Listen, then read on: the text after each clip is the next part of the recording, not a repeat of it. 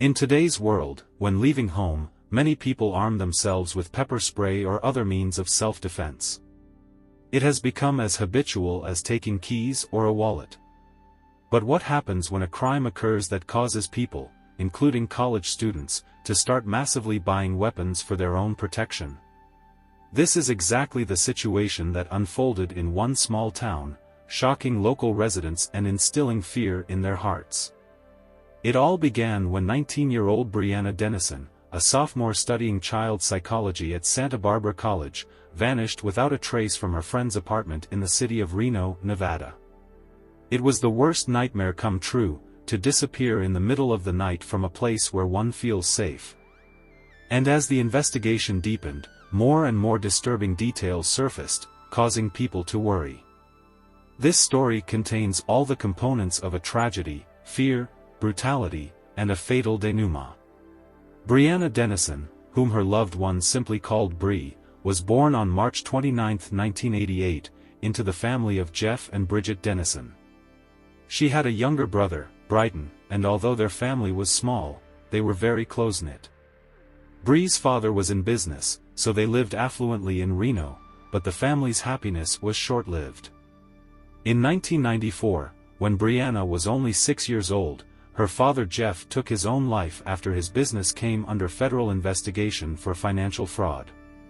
This was a terrible shock for the family. Jeff was only 34, and his action left a deep wound in the hearts of his loved ones. Despite the shock, Bridget, Bree, and Brighton managed to support each other and became even more united. Bridget, left as a single mother, worked tirelessly to provide a decent life for her children. Briana grew up to be an active and cheerful girl. After the tragedy that changed their family's life, they moved to Bridget's hometown of Mendocino, California. Briana had a gift for easily finding common ground with people and quickly making friends, which made her sociable and popular among her peers. She graduated from Reno High School in 2006. When choosing a profession, Bree decided to study child psychology and entered Santa Barbara College. Everyone who knew her said it was the perfect choice for her. Bree loved to travel. This interest awakened in her after a year of studying in Rome, Italy. Later, she visited many parts of the world: Hawaii, New York, Mexico and Jamaica, Japan, Italy, Egypt, Hungary, Australia, France. The list of her travels was impressive. Despite her young age, she strived to fully enjoy life. Bree had an especially warm relationship with her brother Brighton. She was a caring older sister, always ready to give wise advice. Brighton could come to her with any problem, knowing that his sister would surely find a solution. Everyone predicted a brilliant future for Briana: successful college studies, exciting travels, happy moments with friends. But in January 2008, when Bree came to Reno for winter break, something horrific happened. And it brought a new tragedy to the Denison family. That year, the winter break fell in January, and Briana planned to meet up with her old school friends. They agreed on several activities organized by the travel company Summer Winter Action Tours LLC, which specialized in trips for students. In addition, Bree and her friends were going to celebrate the weekend in honor of Martin Luther King Jr. The evening of January 19th was eventful: concerts, parties, gatherings. According to the plan, they were to attend an event at Sense Regency Resort, now J Resort, on North Arlington Avenue. Time flew by unnoticed, and deep into the night, Briana and her friends, Jessica and Katie, stayed at Katie's apartment near the University of Nevada, off-campus housing on McKay Court in Reno. Jessica went home earlier in the company of an unknown guy, as she had to get up early for work. Katie and Bree returned later, changed clothes, and went to their respective rooms. Katie went to bed in the bedroom, while Bree, for some reason, decided to sleep in the living room. She settled on the couch, taking a pillow, 2 blankets, and a teddy bear. It's worth noting one important point here. The glass front doors of the girls' apartment were almost never locked. Not the safest decision, but the motivation was simple: if one of the friends lost their keys and no one was home, they could easily get inside. This was a serious mistake that led to consequences no one even dreamed of. The girls were used to this state of affairs and believed that nothing threatened them. But just because nothing bad had happened before didn't guarantee it would always be that way. This miscalculation turned into terrifying consequences that became a nightmare for the Denison family and Briana's friends. Phone records showed that Bree was talking to her boyfriend Cameron that evening. They had been dating since their freshman year of college and had been together for a long time. An argument flared up between them because Briana was staying out late at student parties. However, they soon settled the conflict, and it seemed that was the end of it. Bree went to bed. On the morning of January 20th, around 9 a.m., Jessica and Katie woke up and started getting ready. They noticed that Briana wasn't on the couch but didn't think much of it. The friends assumed that she might have gone to her room during the night but didn't check. Everything seemed quite ordinary. However, time passed, and Bree still didn't show up. Then the girls decided to go to her room, but it turned out that she hadn't even entered it. Returning to the living room, they noticed strange details. One blanket remained on the couch, while the other was lying on the kitchen floor near the back door. Briana's teddy bear was also missing, and there was a red stain on the pillow. This raised suspicion. Katie and Jessica immediately contacted Bree's mom, Bridget, informing her that their friend had disappeared.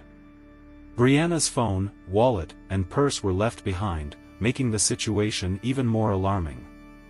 Bridget, gripped by panic, called the rescue service, and investigators soon arrived at the scene. A search of the apartment revealed no signs of a struggle, but since the front doors were left unlocked, the version of an abduction in the middle of the night seemed most likely. The police focused on the pillow, where 3 red stains and smeared mascara were found. This could indicate that Briana was crying while talking to her boyfriend, but it didn't explain the origin of the stains. However, an even more disturbing detail soon emerged. There were small indentations on the pillow, similar to teeth marks. This suggested that the girl was forcibly pressed face down into the pillow, possibly to muffle her screams. The apartment was sealed off for forensic examination.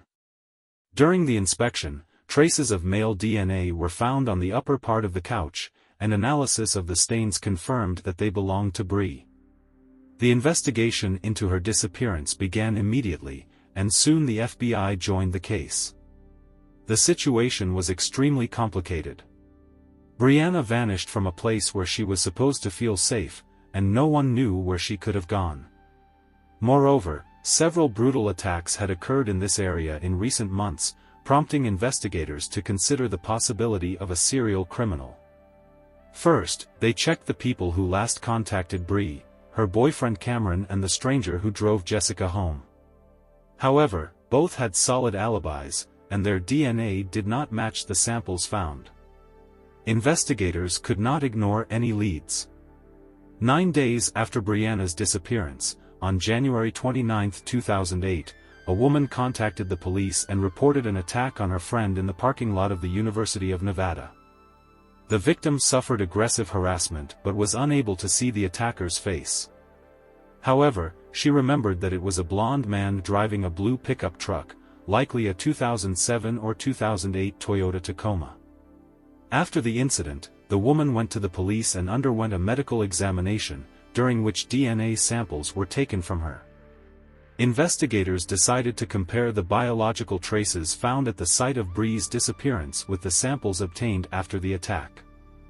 The analysis showed a match. The person who attacked the woman turned out to be involved in Briana's disappearance as well. This was alarming news for the girl's family and loved ones, but at least the investigation finally moved forward. With this information, detectives turned to the public, revealing all the details known to them, hoping to obtain new leads. This yielded results. Another woman claimed that she had been the victim of a brutal attack in the same place and under similar circumstances shortly before Bree's disappearance. A common detail of these attacks was that the perpetrator took a piece of the victim's clothing as a trophy. In both cases, it was underwear. Such behavior indicated his perverted and cruel nature. The victim of the second attack managed to see the face of the criminal, thanks to which a composite sketch was created, which helped in the search for the suspect. At the same time, a large-scale search operation was launched, covering about 100 square miles. Hundreds of volunteers joined the search, including Nevada's First Lady Dawn Gibbons, wife of Governor Jim Gibbons. Briana's mother, Bridget, cherished the hope that her daughter was still alive, as the criminal's previous victims had survived. The police checked the list of individuals who had previously committed violent crimes in the area, but there were no leads. Everything changed in February 2008, almost a month after Bree's disappearance. On February 15, an IT company employee named C.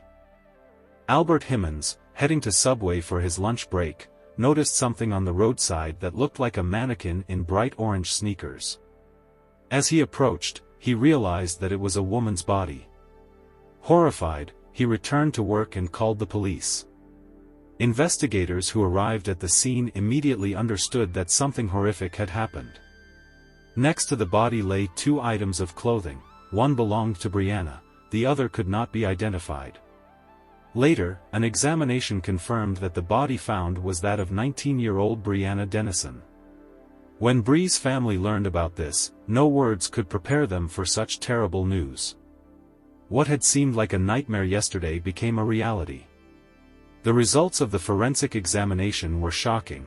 The injuries indicated that the perpetrator had strangled her with his bare hands. During conversations between investigators and Briana's friends, another strange detail emerged. Katie's friend recognized her own underwear among the items found. This meant that the criminal had somehow entered their house and possibly moved unnoticed through the rooms in search of a victim. Despite this new evidence, the police still had no information about the identity of the perpetrator.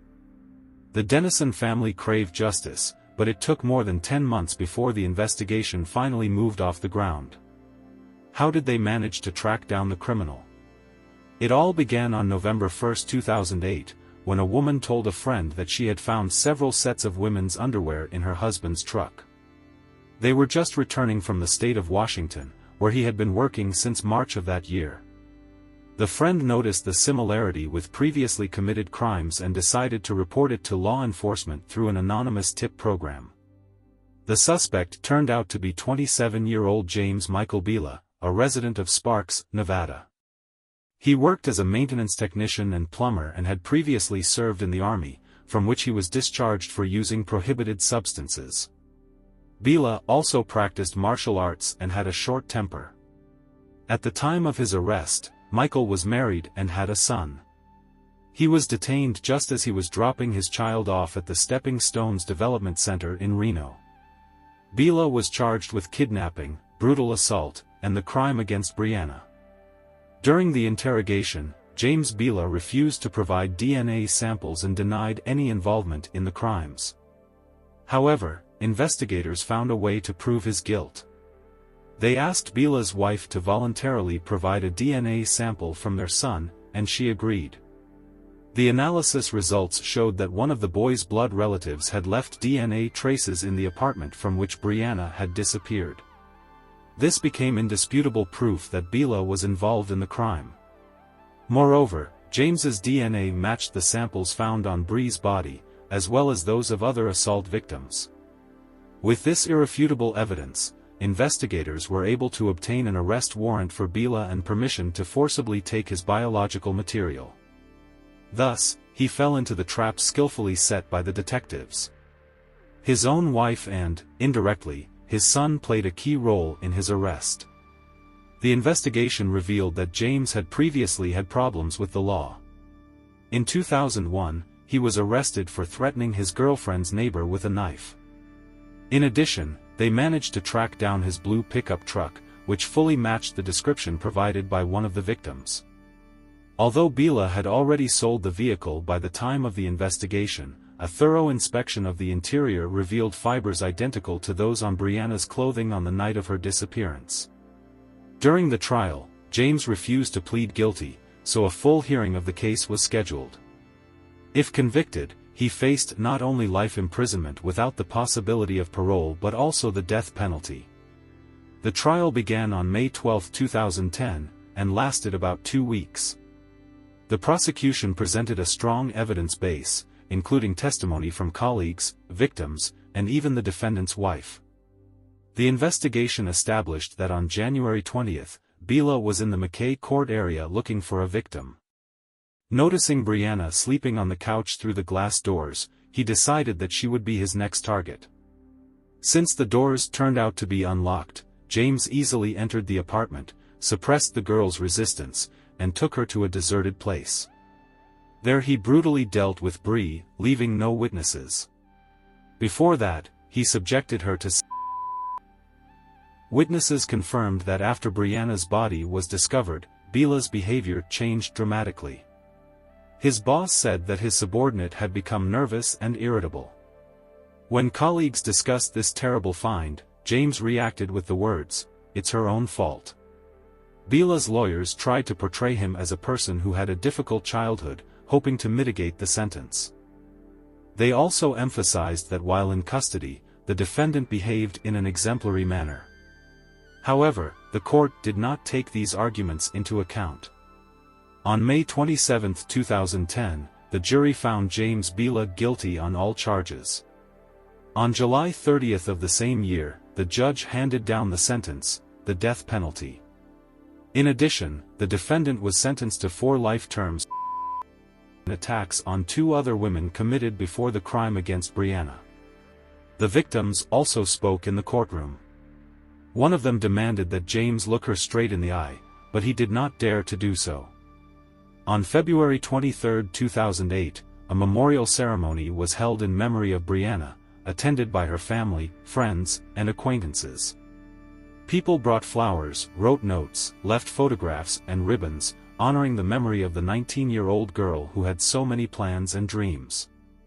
After this tragedy, the Briana Law was passed in Nevada, which requires all arrestees, regardless of the severity of their crimes, to submit DNA samples for inclusion in the national database. The fact is that when James was arrested in 2001, his biomaterial was not entered into the system, which is why the investigation into Bree's murder was delayed by almost a year. The Denison family still cannot recover from this irreparable loss. For Bridget and Bryden, Briana's death was another horrific blow after the death of the head of the family. They are trying to move on, but the pain of loss cannot be put into words. The high-profile case of Briana Denison caused a sharp increase in sales of pepper spray, self-defense devices, and weapons, especially in the vicinity of the University of Nevada. People began to think more seriously about personal safety issues, because a single individual was able to destroy the life of another, choosing a victim where she felt completely protected. This tragedy left people in fear and with a feeling of helplessness, even in their own homes. It turned out that even locked doors cannot guarantee safety if someone has such horrific and incomprehensible intentions. Years later, we can only hope that the Denison family has found at least some solace. Bryden managed to recover and is now raising his son on his own. But little is known about how his mother is coping. Losing a husband is already a heavy blow, but losing a daughter soon after is a grief that is impossible to come to terms with. This story was etched in the memory of those who followed the course of the investigation. It changed people's attitudes towards personal safety issues and made many think about how important it is to remain vigilant even in everyday life. Thank you for watching this story. Write your thoughts about it in the comments. Don't miss the future videos, subscribe and like the channel. Take care of yourself and people you love.